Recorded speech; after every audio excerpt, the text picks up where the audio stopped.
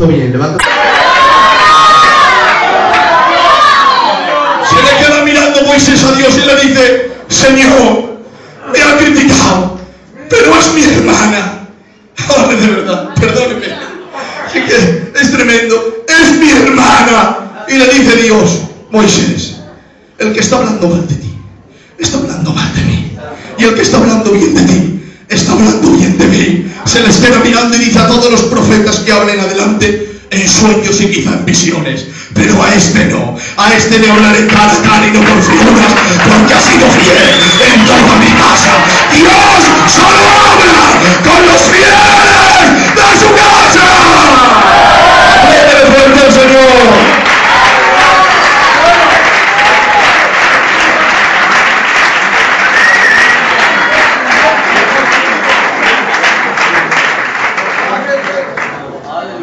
Y yo pregunto, ¿aquel legislador tan grande no era digno de abrir el libro? Pues no, ¿sabes por qué? Porque antes de encontrarse con Dios mató un egipcio. Cuando se encontró con él tenía el corazón leproso y más tarde, habiendo sido tratado por Dios, golpeó a la roca en vez de hablarla. Escuchen, era grande, pero no era digno. Es que dentro de la grandeza quizá no está la dignidad, pero dentro de la dignidad siempre existirá la grandeza. Dice Salomón: tengo una hermana, perdóname la frase, tengo una hermana que no tiene pechos. ¿Qué haremos de mi hermana cuando de ella se hablare? Ahora dice: si mi hermana es puerta, la clavo en la pared como madera de cedro. Dice: pero si ella es muro, la regalo un palacio de plata. Estaba diciendo: mira, mi hermana es pequeña, y cuando sea grande, como toda moza, se hablará. ¿Y qué se hablará? ¿Es puerta? Es decir, entiéndanme, es mala. Dice: como sea así, la clavó en la pared, como a madera de cedro. Pero ahora dice: será muro, un muro fuerte, resistente, que no se mueve ante la tentación ni nada. Dice: si es así, le regaló un palacio de plata. Pero se le queda mirando la hermana en el versículo 8, levanta el dedo, la mano y dice: Salomón, dice: yo soy muro. Es decir, soy pequeña, pero soy honrada. Ahora perdóneme esta frase, y ahora dice: y mis pechos son torres. Pero si tu hermano dice que no tienes, ya, es que soy honrada de pequeña y también seré honrada de grande. Cuando los tengas seguiré siendo muro. Mira, dile que tienes a tu lado: si no eres grande, por lo menos sé honrado.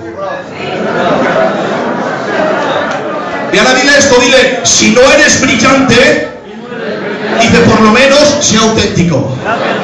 Y termina diciéndole: sé un poco más bueno, por favor, sé un poco más honrado. Apláudele fuerte a tu Dios, fuerte si es para Él.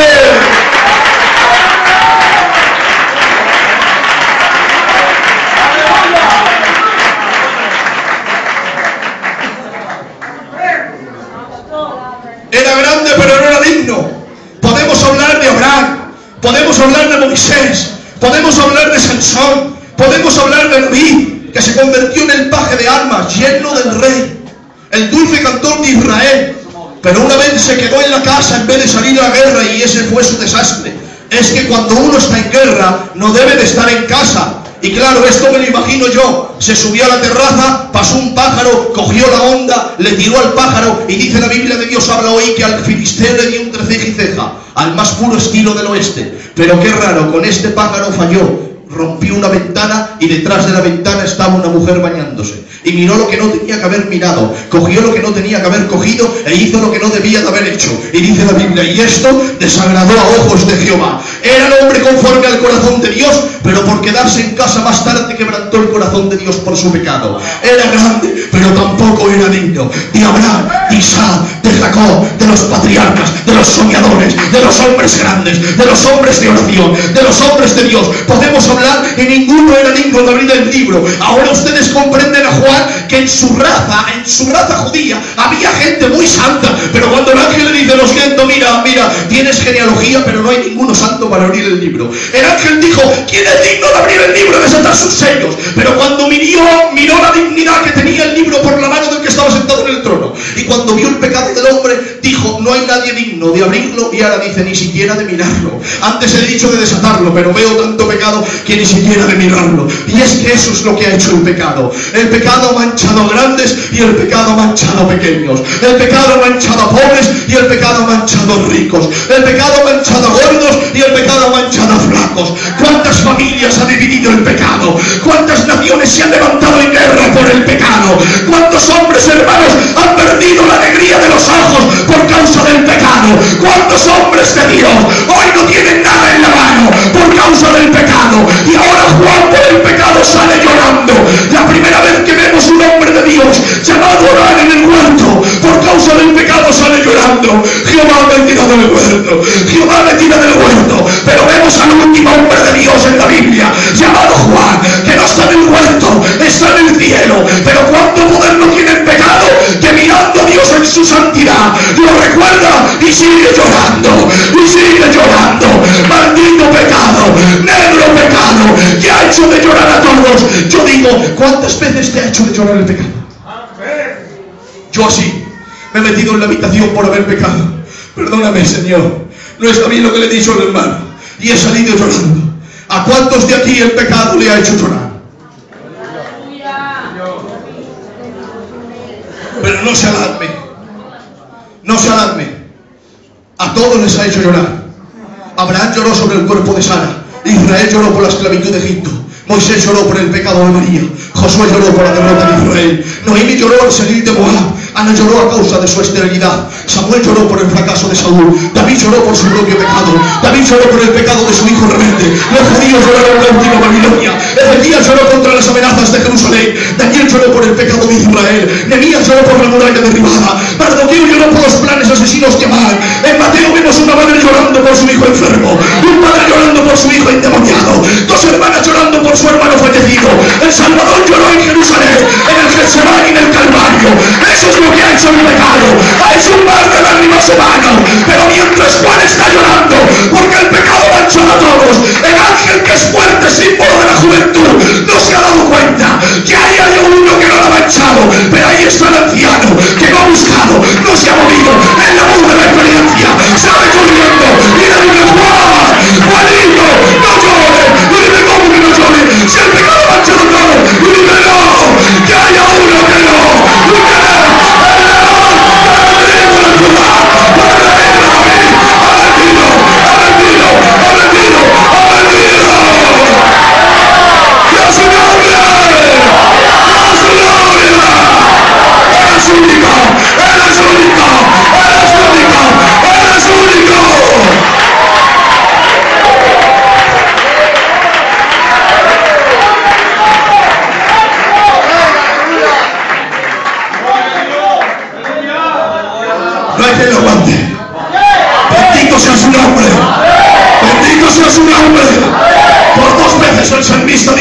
no a nosotros, Señor, no a nosotros, y razón tenía. Dijo: a tu nombre sea toda la gloria, a tu nombre sea la gloria.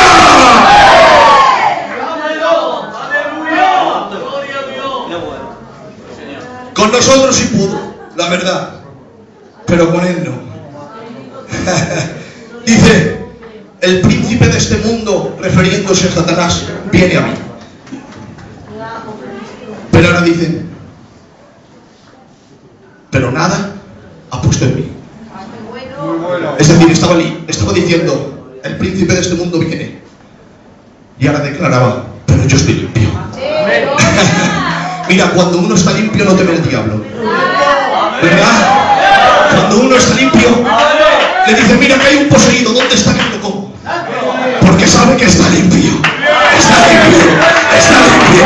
Y yo te digo: deja que la sangre de Cristo te limpie, te limpie, te limpie, te limpie. No es hora ya de vivir en santidad, de vivir en agradecimiento de haber recibido lo que no merecíamos. No merecíamos ni la misericordia ni la gracia, pero vino Él y sin merecer nada nos ha dado todo. Yo no he pagado nada, lo he recibido todo por herencia, me lo ha regalado el Padre. Por lo tanto, vive en santidad, porque hay uno que el pecado vino sobre él, pero no le pudo vencer. Él dijo: no temáis, en el mundo tendréis aflicción, pero confiad, yo he vencido el mundo. ¿Sabes cuántas veces pone en la Biblia no temas? Ya lo escuchan los hermanos, 365. No, 366. Porque es que en el año hay un año bisiesto. Hasta para ese año el Señor te está diciendo cada día: no temas, no temas, no temas. Yo estoy contigo, yo estoy contigo. ¡Apláudele fuerte al Señor!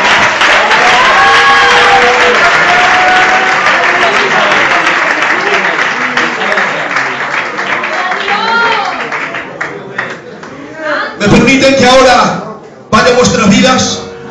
He hablado de que Él es digno, que el pecado ha manchado a todos, que a Él no, y que nosotros, como somos el cuerpo de la cabeza no manchada, podemos vivir limpios. No tienes excusa, es que soy débil. No, tu cabeza es limpia, el cuerpo tiene que ser limpio. ¿El cuerpo quién lo lleva?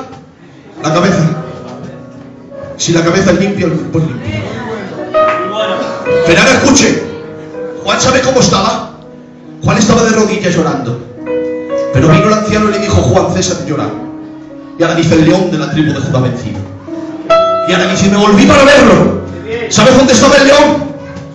Estaba detrás de Juan. Detrás de Juanito. Y ahora Juanito miró para atrás y dice la Biblia: y en vez de ver un león, dice: vi un cordero como inmolado, puesto en pie. Iglesia, palabra de Dios. Yo no tengo carácter, pero un hombre con carácter se levanta y le dice al anciano: mira, si te da pena porque estoy llorando, consuélame, pero no te rías de mí, hombre. Me dices y me das esperanza de que hay uno digno de abrir el libro. Me dices que hay un león y me di la vuelta y vi un cordero, que es todo lo contrario a un león. El león agresivo, autoritario, fuerte. El cordero humilde y manso, que no habla por no pecar. Pero ¿sabes por qué Juan creyó el mensaje del anciano? Porque dice la Biblia: lo vi inmolado. Dice: pero puesto en pie. ¿Sabes qué significa la palabra inmolado? La palabra inmolado significa: lo vi degollado, pero puesto en pie. Y ahora Juan se imaginó a un león degollado y lo vio desplomado. Dijo: ¿qué tendrá este cordero que está degollado, está herido, pero todavía tiene fuerzas, se mantiene en pie? Este es más que un león, este es más que un león. Y te voy a decir algo. ¿Cuántas veces en la vida cristiana has estado herido? ¿Cuántas veces el pecado ha herido tu corazón? ¿Cuántas veces, perdóname la expresión, ha estado degollado y has dicho: mira, Señor, que no puedo más, de verdad que no puedo? Pero me gusta Pedro. Dice la Biblia que un día, andando sobre las aguas, fue donde Jesús. Pero más tarde dice la Biblia que Juan le dijo: ¿qué es Pedro, Simón? Dice: Simón estaba desnudo de cintura para arriba, se echó al agua, dice, buceando. Llegó a Jesús. Una vez por encima y otras veces por abajo. Una vez en la montaña y otras veces herido, pero siempre iba a Jesús. Y no sé cómo está tu vida. El pecado te ha hecho daño, te ha ennegrecido, hoy estás herido. Pero te voy a contar una historia que sé que te va a hacer bien. Es verdad que posiblemente estás degollado, pero lo importante delante de Dios es que te mantengas en pie. Por eso dice la Biblia que cuando el arca de Israel fue robada por los filisteos, dice la palabra que la pusieron en el templo de sus dioses. Y ahora dice la Biblia que el Dios de los filisteos estaba así y el arca así. Y cuando se levantaron por la mañana, el Dios de los filisteos estaba postrado en tierra y lo volvieron a poner. Y la otra mañana dice la Biblia que el Dios de los filisteos estaba postrado en tierra, dice, y las palmas de sus manos y sus pies estaban cortadas. Y ahora dice: y los sacerdotes de aquel Dios no pisan el umbral de la puerta. ¿Sabes por qué? Porque al pisar el umbral de la puerta recuerdan que las manos y sus pies de sus dioses habían sido dañados por el Dios de Israel. No pisan el umbral de la puerta porque para ellos es una vergüenza. Ahí ellos recuerdan que su Dios ha sido herido y también está vencido. Sin embargo, para nosotros la cruz, donde nuestro Dios también fue herido por sus manos y sus pies, no es símbolo de vergüenza.